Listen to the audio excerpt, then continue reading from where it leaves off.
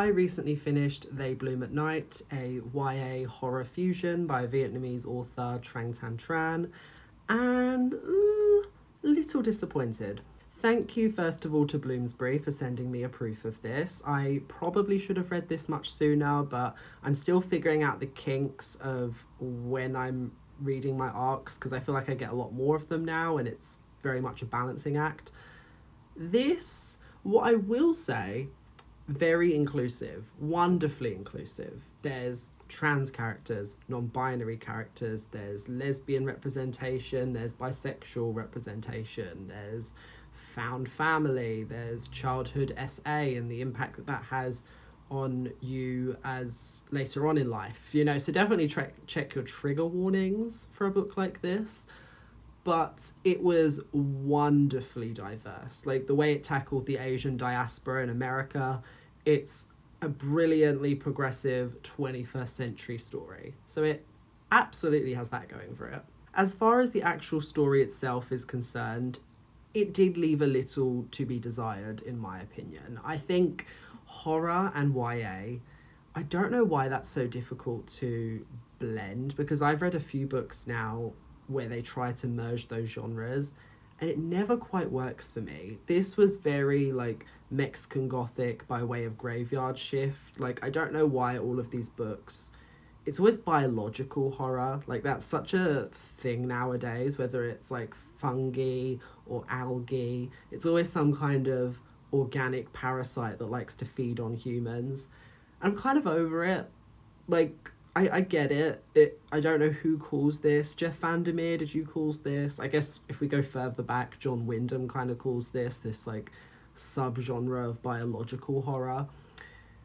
I think it's not so much that it's had its day, it's just you need to take it in a new direction. And I think this was kind of trying to go there with the algae, the way it was like an aquatic biological horror, so it was also a little bit of like deep sea horror.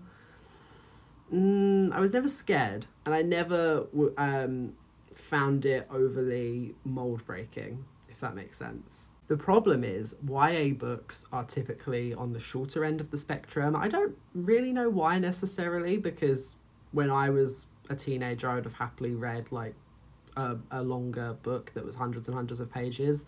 This needed more time.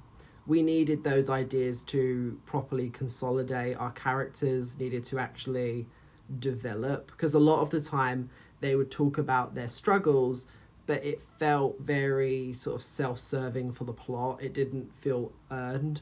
So like when our main character Noon is telling us this horrible story about her SA, being a victim of SA when she was only 14, it's upsetting, but it also just feels a bit random with the stakes of what's happening in the story. Like, I don't think victims just casually dispense their trauma for the sake of building an arc and a narrative.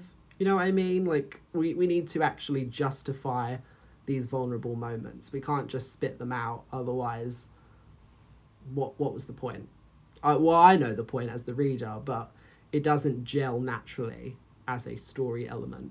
I did enjoy the references to Vietnamese folklore, and again, like the casual racism that their employer expressed to Noon and her mother.